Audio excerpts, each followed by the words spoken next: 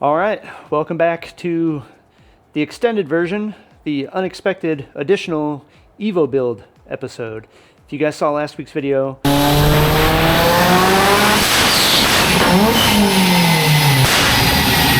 which if you haven't, click here somewhere, check it out. We did get the car on the dyno, took it all the way down to Orlando, Florida, real far drive, and then had some issues while we were on the dyno with the car breaking up. We believe it to be an ignition coil issue, which means that we have to swap these coils out. Now, the car currently has R35 GTR coils on it made by Hitachi. It is a kit from JDC. It is an awesomely built kit. However, I'm finding out now that the Evo doesn't exactly love the Hitachi coils. They may be a little bit notoriously difficult to work with. We are going to swap back to the tried and true Toyota coils made by Denso, which bolt right up to this plate.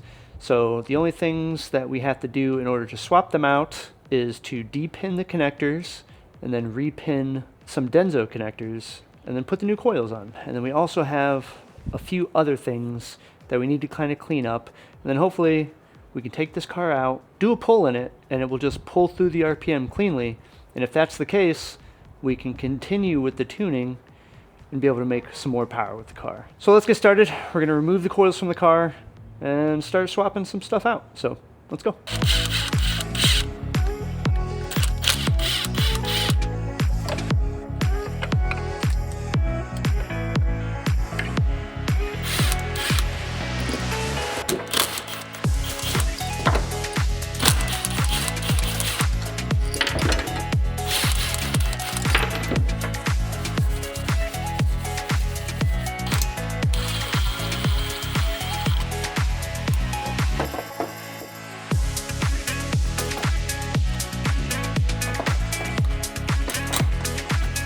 And just like that, we are back to Denso coils. All right, now that we have our coils mounted to the plate, I have my handy little notepad here to let me know which wires need to be depinned from the GTR connectors. And then I have a set of brand new connectors and pins for the Denso coils. Now I just need to take these four, depin them, repin them, and then we can get this ignition system put back together.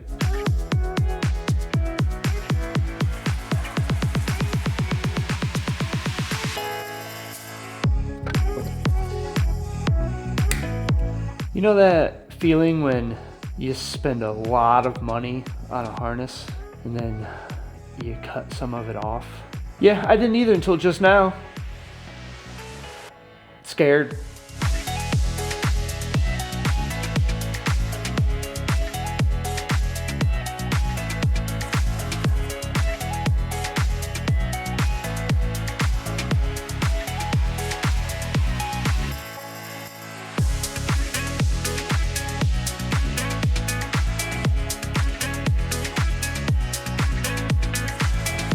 One connector down. Got to keep the service loop, which is nice. 3 more.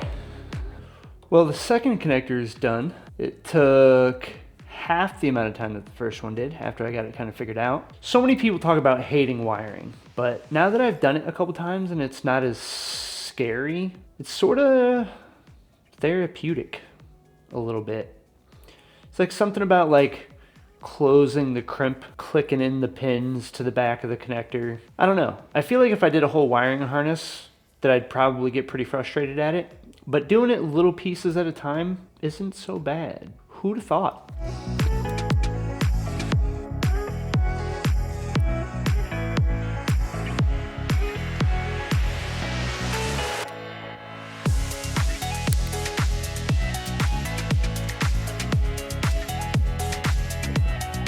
I do believe that might be it, boys. Not too bad. Looks professional.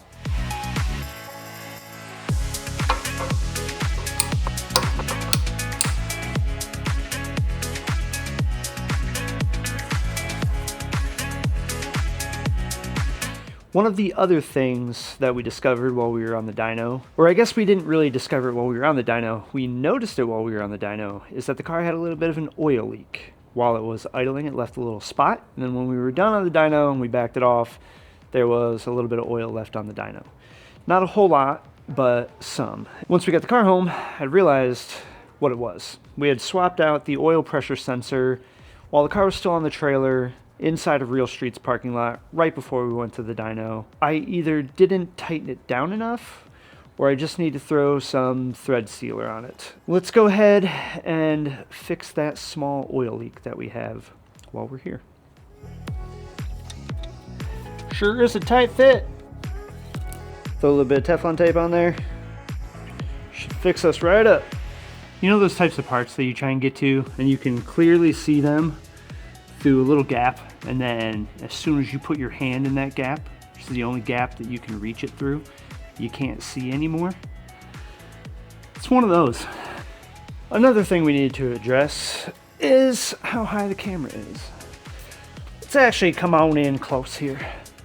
Another thing that we need to address is this horrendous vacuum line routing that we have going on. This was temporary while we were on the dyno because we melted some vacuum lines, but I think that we can hide these a little bit better and make them a little bit prettier. I ordered some more of this push lock stuff, which should be here tomorrow, hopefully. For right now, I'm just going to pull all of this stuff out of here, and I think I have an idea of where we can route it to where it won't be this messy, but it won't melt. Zip ties, saving the day, like always.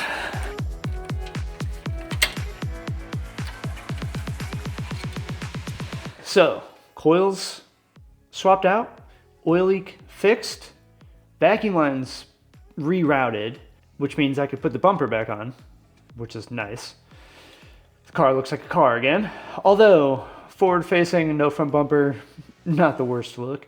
But one other thing, while we were on the dyno, we were doing some of our later E85 pulls, we noticed that the ethanol content that the sensor was feeding the ECU, as RPM went up and fuel pressure went up, ethanol content was going down according to the sensor. That's not a good thing, because when you're running on flex fuel, you have two maps that are built out basically, one for 93, one for ethanol. Ethanol uses quite a bit more fuel than regular gasoline would. So as you start moving away from higher ethanol contents more towards lower ethanol content like you would get from 93 octane, the computer is going to want to start pulling some of that fuel out to better line up with the fuel that it needs if it were running lower ethanol. If the ethanol is still high, that's bad, because that means you will then be running too lean of an air-fuel mixture for the amount of ethanol content that there actually is. We started around 78%, and then towards the top of the RPM range, the readings were getting as low as like 63. I can't remember, but in the low 60s. That much of a dip is significant, but I don't think significant enough to affect the car starting to lean out. Like the difference between 78 and 63, you're starting to get to where it's like maybe worrisome. Regardless, we don't want it to happen. And there's a few things that we think could be causing it. After doing some research and seeing other people run into this problem, it seems like maybe aeration of the fuel, or like the sensor not seeing enough fuel over it, and if it gets some air in there, it'll pull the ethanol content reading lower just because it's not seeing the fuel run across the sensor. My thought process there is that I installed that Radium piece that basically lets some of the fuel flow around the sensor, and that is useful if you have a lot of fuel going through there, and that 3/8 ethanol content sensor could be causing a restriction. Now, on this car, the ethanol content sensor is after the fuel pressure regulator. It's seeing like less fuel flow than it would be if it were, say, on like the feed side. Because I'm running a 6AN line as a return line anyway, the ethanol content sensor is the same size that radium piece that allows some fuel to go around the sensor isn't really necessary. So what I'm gonna do is take it off. And I have a brand new ethanol sensor just in case. And in order to try and make this a very easy swap, I have these little push fittings that are 6AN, and they simply just lock on to the ethanol sensor. And then you can run 6AN lines straight through it. Now, by removing that radium extra flow bypass and replacing the sensor at the same time, I do this neat little trick where if it fixes it, I won't know which one it was, which is my favorite game to play. So let's get this swapped out. So this is what I'm talking about. This radium piece allows fuel to come in through this line, and then when it gets here, it can go through this bigger hole or through the sensor. And I think what's happening is because this line comes in on the backside, like right into this wall here, and it has to split going between these two, that when the fuel comes through, it's hitting this wall and it's causing some type of disturbance in the fuel that's going to be flowing through the sensor, and a lot of it's choosing the bigger hole to go through, and it's just causing some aeration of the fuel, which is allowing some air to get to the sensor like intermittently as the fuel is flowing through it, and it's causing some erratic readings when the RPMs and the fuel pressure goes up. Just a theory, but I think that's what's happening. So we're just gonna get rid of this and just run a straight sensor. Falling, constant charge, battery voltage. So I made some changes inside the NSP software for the new coils, changed the dwell time. It's a little bit of a different dwell time between the two, and as you can hear, the car is running. It started, the new coils are in it. It's pretty loud. I don't know if it'll be any better out here. I'm a bit torn.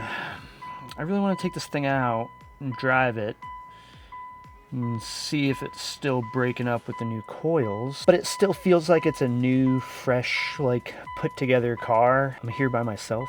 I don't have anybody to come pick me up if something does go wrong. What's the worst that could happen? I get stranded and it's late. I don't have anyone to come pick me up. Let's give it a shot.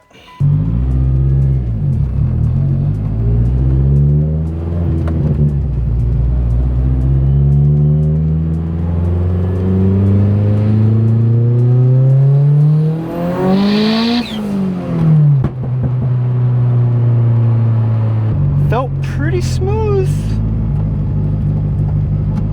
No real breakup on that one. Well, I don't exactly know how good of a test that was, but immediately after changing the coils, that pole, even though I didn't wrap it all the way out, last time this car drove on the street, second gear, like it was right away, it had some type of breakup.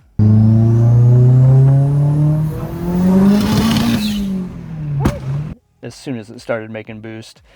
And that time, it didn't do it.